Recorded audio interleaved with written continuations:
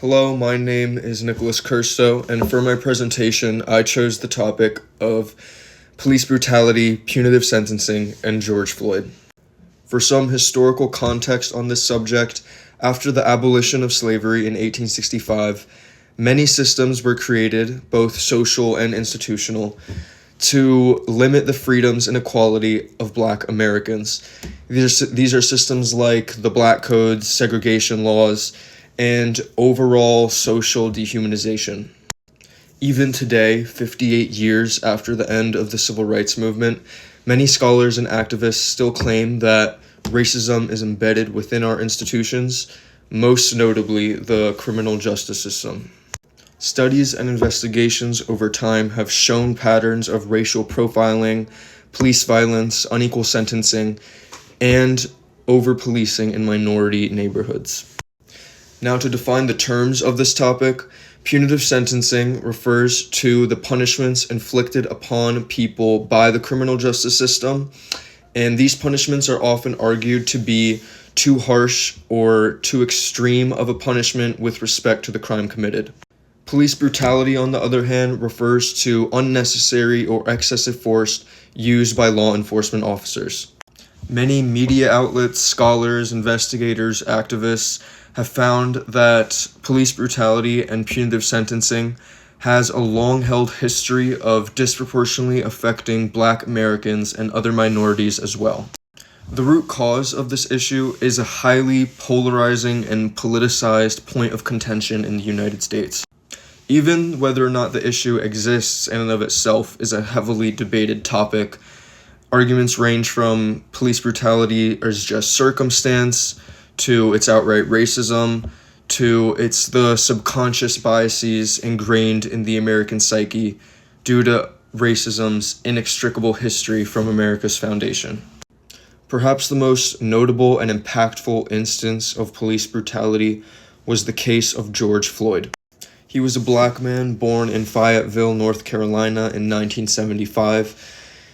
When he was 3 years old, he moved to Texas with his mother and siblings, where he grew up in Houston. He was beloved by his family and friends, known for being a deeply caring and charismatic individual with a deep love for his children. He lived in poverty all his life, with aspirations to escape it. Unfortunately, he became involved in various criminal offenses, such as drug offenses, theft convictions, and armed robbery.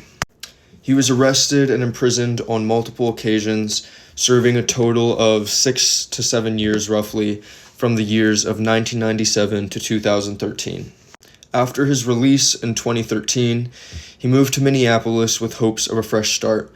He worked many different jobs and stayed connected with his loved ones. On May 25, 2020, Floyd was accused of using a counterfeit $20 bill. When police arrived at the scene, they drew their guns at him, and he initially cooperated while he was being arrested. However, Floyd resisted getting into the police car, saying that he was claustrophobic. Officers eventually pulled him out of the car, and an officer by the name of Derek Chauvin pinned him to the ground, placing his knee on top of his neck for a total of 9 minutes and 29 seconds. Videos and recordings of the incident show Floyd repeatedly saying that he couldn't breathe, and he's even heard pleading with the officer, saying, quote, "You're going to kill me." The recordings also show the deeply disturbing lack of response and continued restriction by Officer Chauvin. Floyd was unresponsive when an ambulance arrived and was pronounced dead at a local hospital. After recordings of the murder quickly spread through social media platforms and news outlets, national outrage was immediate. Demonstrations began almost immediately in Minneapolis and quickly spread nationwide. There was no singular leader or organizer of the movement. The protests were largely organized through grassroots activism, social media campaigns, local community organizations, and existing racial justice networks. Activists use social media platforms to share protest locations, educational resources, and safety information. However, many of the protests became associated and were connected with the work of the Black Lives Matter movement, which was founded by Alicia Garza, Patrisse Cullors, and Opal Tometi in 2013. Organizers focused on demands such as police reform, accountability for the officers involved in Floyd's death, the reduction of excessive force use nationwide, and addressing racial inequality in the justice system.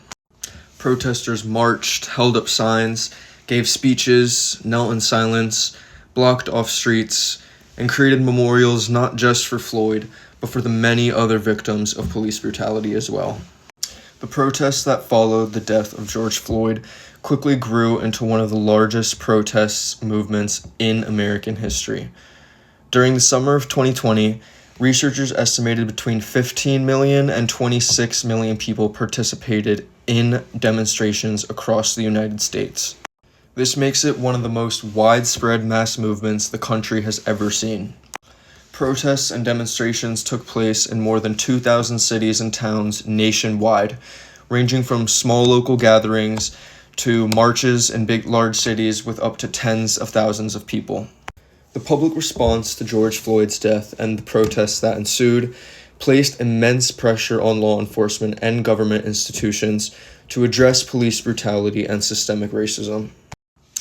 In April of 2021, Officer Chauvin was convicted of murder and manslaughter charges and was sentenced to 22 years in prison. Many viewed this sentencing as a victory for accountability finally being held in cases of police brutality. The protests significantly increased global awareness of systemic racism, police misconduct, and punitive sentencing in the United States. The Black Lives Matter movement gained major visibility and support, while corporations, celebrities, and politicians publicly addressed police brutality and systemic racism at an unprecedented scale. However, at the same time, the movement also deepened political divisions in the United States.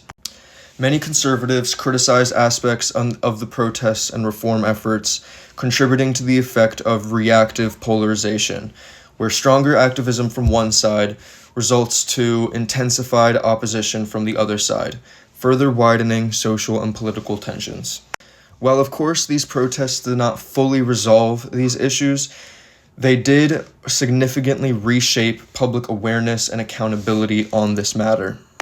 As a result of the George Floyd protests, there is now a much greater public awareness and a stronger collective demand for accountability, making it more difficult for such atrocities to be overlooked or dismissed.